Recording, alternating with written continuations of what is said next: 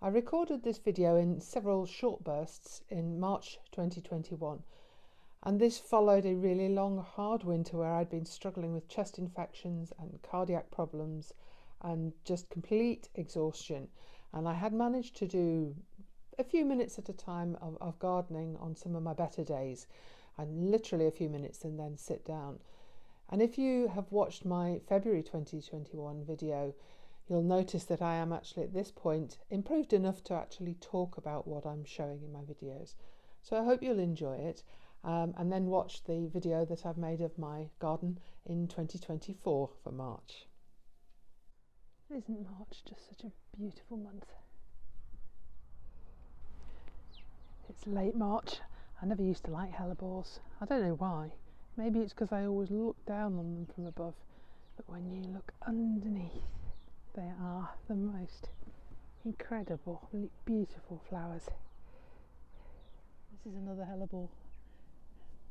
A double one this time. Sitting here under my plum tree amongst the hyacinths.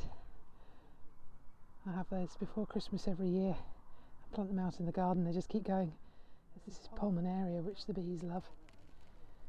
Primroses, and that's the stem of my plum tree. And about some more hellebores again. It looks like I'm going to have hyacinths for a good while to go yet, because this one is only just beginning to show the first blue, from blue to red. And these peony shoots amaze me every year when they come up. I planted them 15 years ago, and I'm still staggered every time at this incredible colour. I lived in South Africa for a while, and one of my most vivid memories of daffodils is passing our local flower shop where there were bundles of daffodils, and I would go across to smell them because I missed them so much, and they were labelled as exotic flowers. This is the remains of a previous year's blackbird nest, gradually fallen apart. But further around in here, you can't see it, it's so beautifully hidden. I've been watching the female blackbird going in and out, with lots of material to make a new nest. So I'm going to go away and leave her to it now. The albrecia looks wonderful at this time of year as well.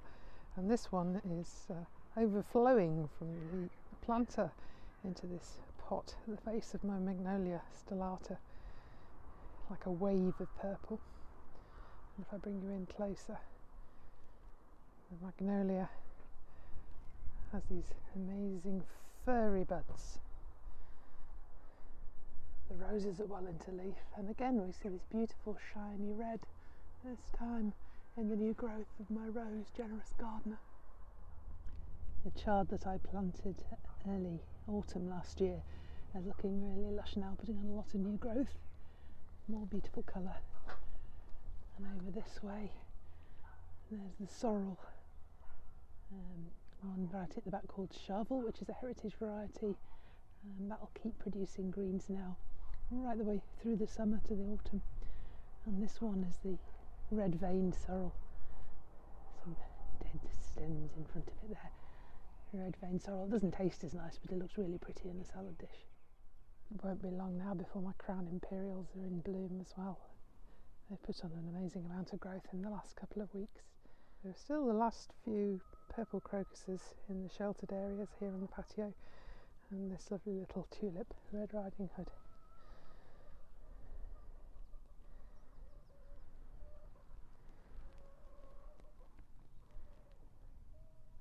This is one of the flowers I've explored using my USB microscope, so you can have a look at my gallery page with some of those images. As you can hear from my voice, I'm quite croaky, been struggling with chest issues, so really done very little outside. So here we have a shot of my shoe fly flower seed heads still lying there in the garden in between the Jetfire narcissi. They're like little lanterns.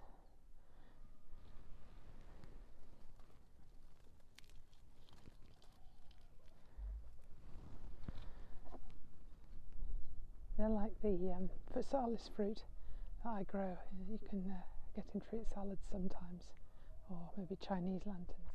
One of the things I love to do is to go hunting for just the little delights. This tiny little anemone blonde. It's the only one out at the moment around in the back garden. It's glorious blue. And now I'm down here with my head in the flower beds. I can actually see around the corner here that the potentilla is coming into leaf now. That's a relative of the strawberry, which is why the leaves look quite similar. My big blousy red poppy is putting on lots of growth as well. I've got a big fountain of flowers, and right next to my new fritillary. Quite a short one that, but it's not doing badly at all for its first year. I don't know how tall it will get, or if it's just this is the size for this particular variety. One of the jobs I was determined to get finished over the winter, which took me I think 5 or 6 different goes, was pruning back this bay tree, which was really beginning to take off. I brought it back down to its nice little lollipop shape again. Something a little less cheering.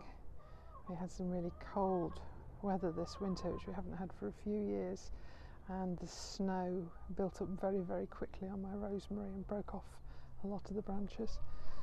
You can see here at the base, that big one just snapped off. I've pruned it right back, leaving some of the green, so I'm hoping that some of that will survive, but I may well have to take it out. And this is my tea tree bush. Also got the frost. Last time this happened, a few years ago, it actually grew back from the base, so I'm a little more hopeful on that one.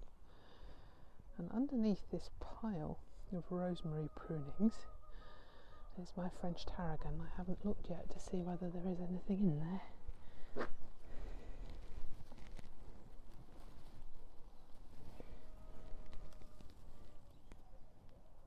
A little early yet. No, nothing.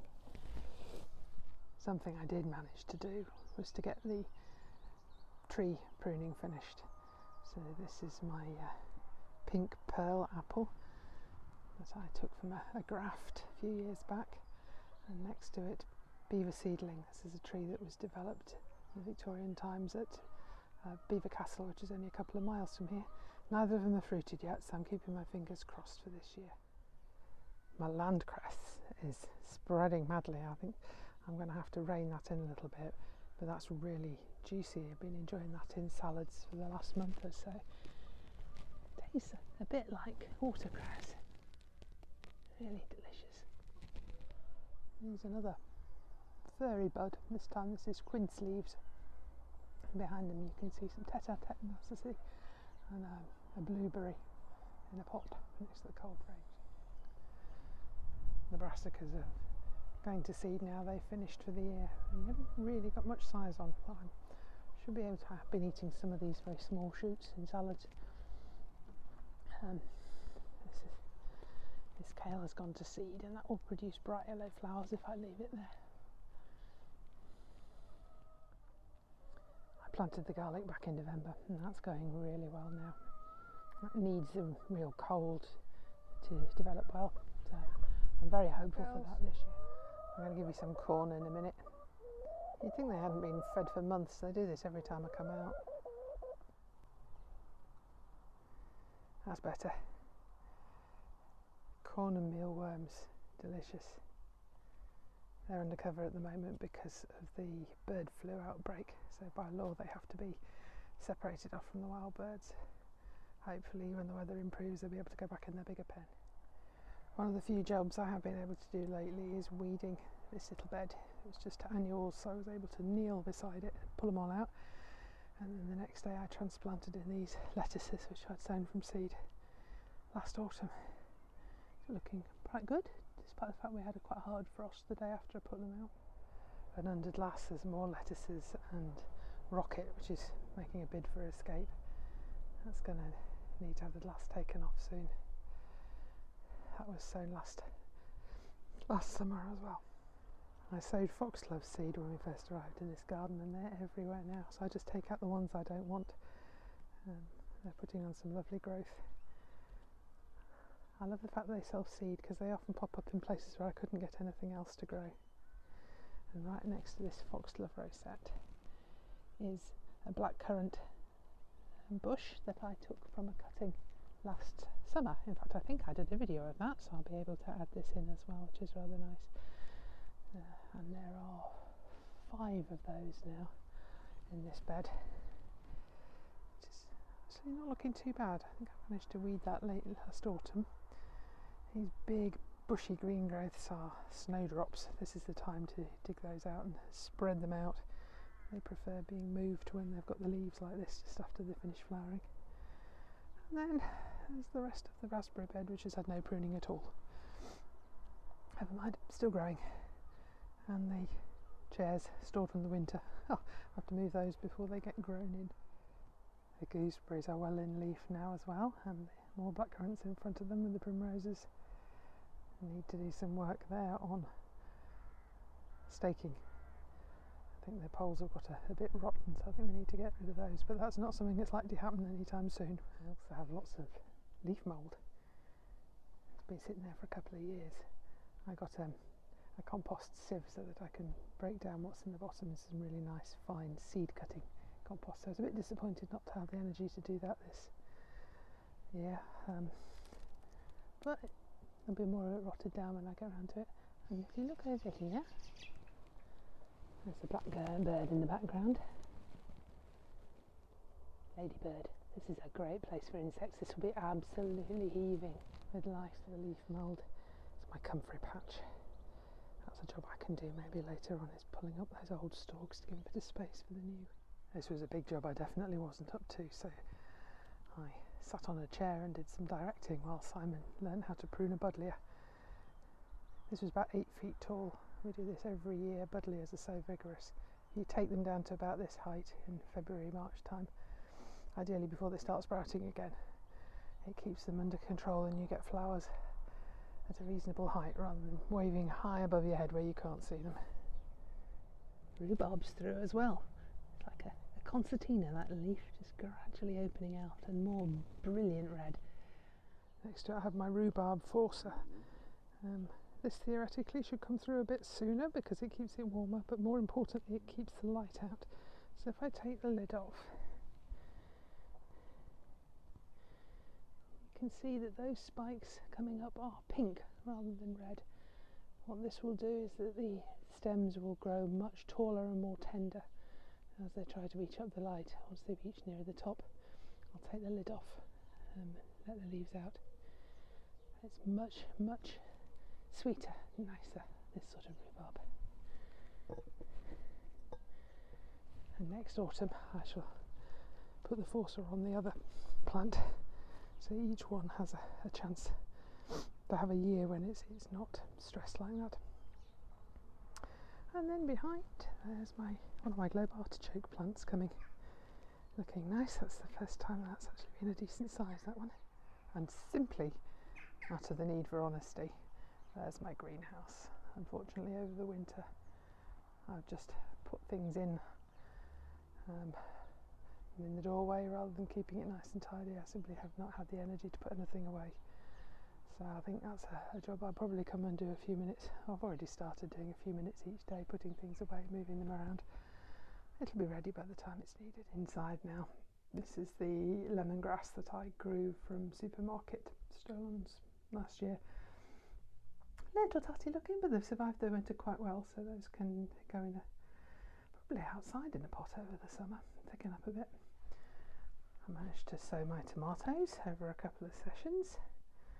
And these are all my chilli plants, which I started off in the propagator, like these ones. I think that one's called Fairy Lights, and at the back is Friar's Hat. They're not quite ready for potting on yet, they're a bit small. And they're sitting on a tray, you can see, that plugs in and just provides gentle heat underneath for the more tender seeds. And these are the potted on chilies, onto a pot, doing nicely now.